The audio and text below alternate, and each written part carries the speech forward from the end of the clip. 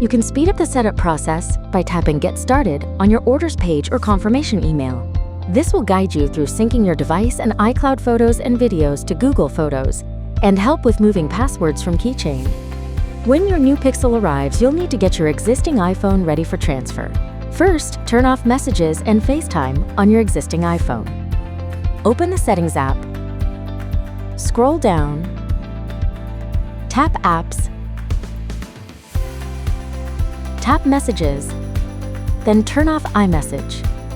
At the top left, tap the back arrow. Do the same for FaceTime. For best results, make sure to install the latest iOS version on your old device.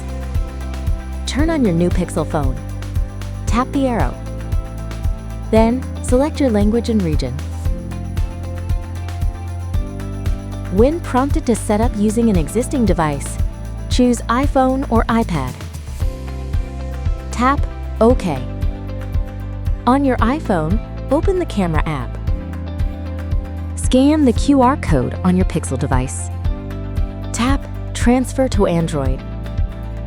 Place both devices next to each other. On your iPhone, tap Continue. Then enter your iPhone passcode. Your Pixel phone will connect to Wi-Fi and update information. Tap Next. Setup will lead you through setting a PIN, fingerprint unlock, and face unlock. Review each screen to continue. To copy your apps and data, tap Next. If you don't want to copy certain data to your Pixel, uncheck the box. Tap Continue. Files only stored in iCloud will not transfer to your Android device. Tap Continue. To copy your apps and app data, calendar, notes, and passkeys, tap Next. Sign into your Google account.